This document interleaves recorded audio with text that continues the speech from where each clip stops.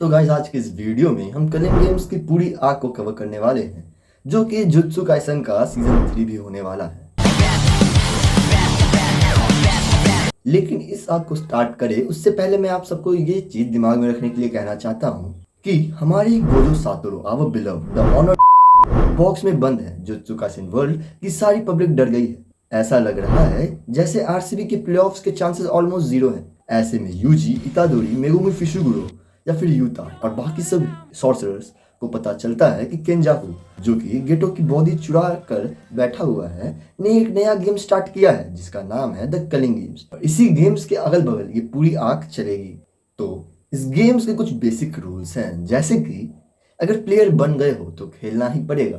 कोई भी जिसको कर्स टेक्निक वाला प्लेयर बना दिया गया है वो ऑटोमेटिकली गेम का हिस्सा बन जाता है।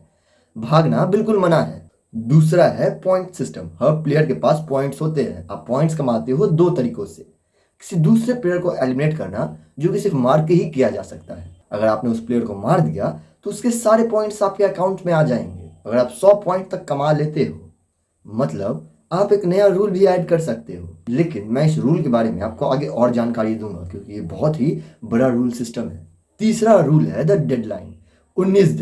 19 दिन के अंदर प्लेयर्स को अपने पॉइंट्स ऐड करने होंगे या फिर कंटिन्यूसली ट्रांसफर करते रहना होगा। अगर कोई प्लेयर 19 दिन तक अपने पॉइंट्स ट्रांसफर नहीं करता है तो उसकी कर्स टेक्निक ऑटोमेटिकली एक्टिव हो जाती है और उसे मार डालती है, मतलब खेलो या मरो। चौथा, कॉलोनीज। पूरा जापान डिफरेंट कॉलोनीज में डिवाइड हो गया है। हर कॉलोनी एक अलग टाइप का डेडली बैटलफील्ड है, जैसे Tokyo colony number 1, Sendai colony number 1 और भी इत्यादि। ये हिंदी की टीचर भी ना। केंजाकू का असली मकसद क्या है? इस गेम को खिलवाकर वो मैक्सिमम कर्स एनर्जी हार्वेस्ट करना चाहता है ताकि टेंगेन, जो अब एक मॉन्स्टर बन चुका है, उसको मर्ज कर सके और एक नई दुनिया बना सके। बेसिकली वो पूरी ह्यूमैनिटी को अपग्रेड करना चाहता है, चाहे उसमें लाखों या करोड़ों लोगों की जान भी क्यों ना चली जाए। हमारे सॉर्सरर्स अलग अलग कॉलोनीज में घुसकर अपना मिशंस पूरा करते हैं। Team A, Megumi and Yuji, ये दोनों टोक्यो कॉलोनी नंबर 1 में गए हैं और इनका गोल है हिगुरुमा का ढूंढना। एक जीनियस लॉयर जिसको नया कर्स टेक्निक मिला है, उससे मिलकर रूल ऐड करना चाहते हैं। हिगुरुमा का डोमेन एक्सपेंशन डेडली सेंटेंसिंग बहुत ही ज्यादा ब्रोकन है। उसका डोमेन एक कोर्ट रूम जैसा है। अगर आप उस रूम में गिल्टी प्रूव हो जाते हो तो आपकी कर्स एनर्जी थोड़ी देर के लिए गायब हो जाती है। यूजी उसे टॉप नो जुत्सु के बाद कन्विंस कर लेता है। हिगुरुमा अपना पॉइंट यूज करके पहला रूल ऐड करता है। प्लेयर्स आपस में कोलैबोरेट कर सकते हैं। ये रूल गेम की पूरी डायनेमिक्स चेंज कर देता है। टीम बी है यूता ओकुत्सु, जो कि सेंदाई कॉलोनी में गया है। यूटा, जिसे हम the main character of jutsu Kaisen 0 के नाम से जानते हैं, वहां जाकर 4 लेजेंडरी पेयर से भिड़ता है। ध्रुव लक्करवाला, एक ऐसा शिकारी जिसका डोमेन हर जगह फैला हुआ है। दूसरा, कूरो, आकाश में उड़ने वाली एक पावरफुल लेडी। तीसरा, Ryu, the OG curse energy cannon, जिसका आउटपुट इतना हाई है कि आज तक कोई भी उसे बीट नहीं कर पाया। यूटा इन सबसे एक साथ लड़ता है, अपनी फुल पावर दिखाता है और फाइनली रयू को डिफीट कर देता है। बहुत ही एपिक बैटल है ये। अगर आप इसका एनिमेशन देखने जाएंगे तो मेरे हिसाब से मापा इस फाइट को बहुत ही अच्छे से एनिमेट करना चाहेगा क्योंकि वो यूटा को कमजोर नहीं दिखाना चाहता। टीम सी है हकारी और हमारा ओजी पांडा, जो कि टोक्यो कॉलोनी नंबर 2 में गए हैं। यहाँ पर हमारा द गैम्बल किंजी हकारी की एंट्री होती है। हकारी का curse technique idol death Gamble, ये एक स्लॉट मशीन है जो उसे टेम्पररी इमॉर्टलिटी देती है। अगर उसे जैकपॉट लग जाए, उसका ओपोनेंट की, यहाँ पे हकारी का ओपोनेंट है चार्ल्स बर्नर्ड, एक मांगा आर्टिस्ट जिसको लगता है कि हकारी उसका राइवल है। फाइट मस्त है, लेकिन हकारी का डोमेन देखकर आपको पता चलेगा कि ये बंदा कितना ब्रोकन है। When हकारी is on roll, he is basically unstoppable. अब आती है इस आर्क की एक और हाईलाइट फाइट।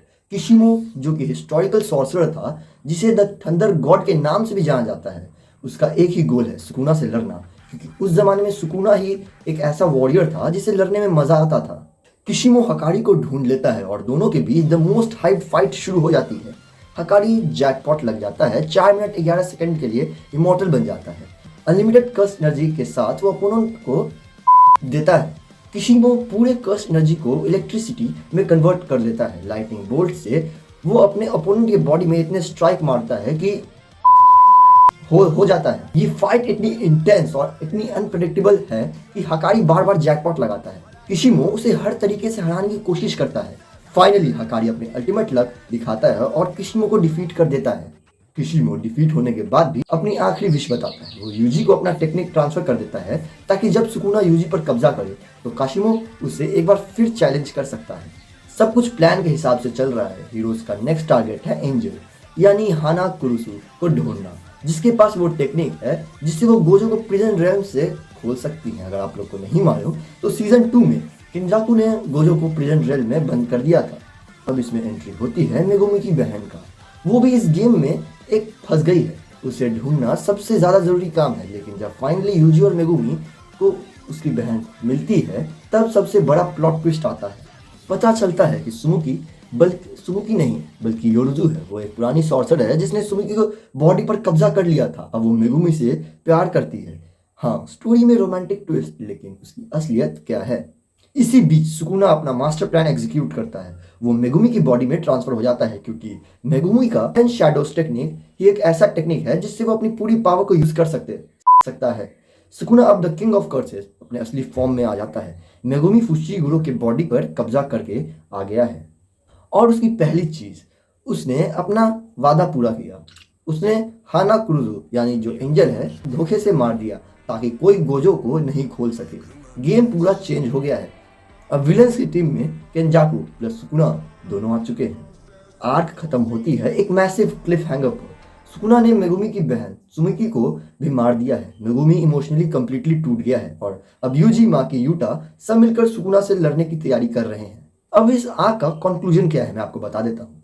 गोजो नहीं है तो सॉर्सरर्स को ही काम करना पड़ेगा। हर कैरेक्टर अपनी फुल पोटेंशियल दिखाने वाला है।